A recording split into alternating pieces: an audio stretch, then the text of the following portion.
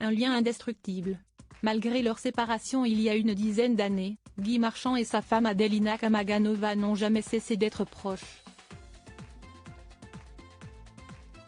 Alors si est sans hésiter que la jeune femme, de 40 ans sa cadette, s'est rendue ce mercredi 27 décembre aux obsèques du chanteur et acteur.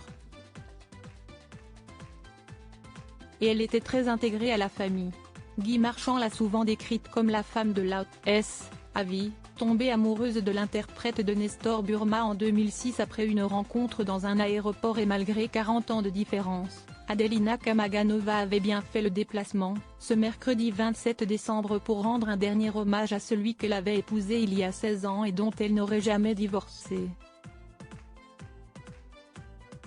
Le couple était séparé depuis de nombreuses années, parti vivre en Allemagne, la Russe de 46 ans a refait sa vie et des enfants. Mais cela ne l'empêche visiblement pas de rester proche de son mari, ni de la famille de celui-ci. Devant l'église de Molégès, où se tenait la cérémonie, elle a en effet été photographiée avec les proches de Guy Marchand, notamment son fils Jules, très éprouvé, et qui a discuté avec elle durant plusieurs minutes.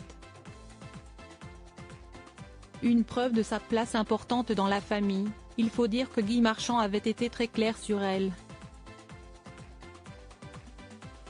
Elle a droit à autre chose, j'adore ses enfants. Moi, je ne pouvais pas lui en faire. Quand je vais la chercher à la gare, elle me serre contre elle, comme si c'était le premier jour. Si est invraisemblable. Si est jusqu'à la mort entre nous, avait-il expliqué dans une interview à Gala il y a quelques années. Et emmitouflée dans son manteau noir, la jeune femme semblait très éprouvée lors de ce moment difficile qu'elle a également partagé avec Béatrice Châtelier, la première femme de Guy Marchand, et avec ses deux enfants, Jules et Ludivine. Cette dernière était elle-même venue en famille, avec son compagnon le réalisateur Quentin Reynaud et leur fils Balthazar, mais est restée plus discrète que son frère, qui a porté le cercueil en compagnie d'autres proches. Pour rappel, Guy Marchand est mort subitement le 15 décembre dernier à 86 ans. Hospitalisé à Cavaillon, il souffrait notamment de problèmes de vésicule biliaire et avait déjà vaincu un cancer.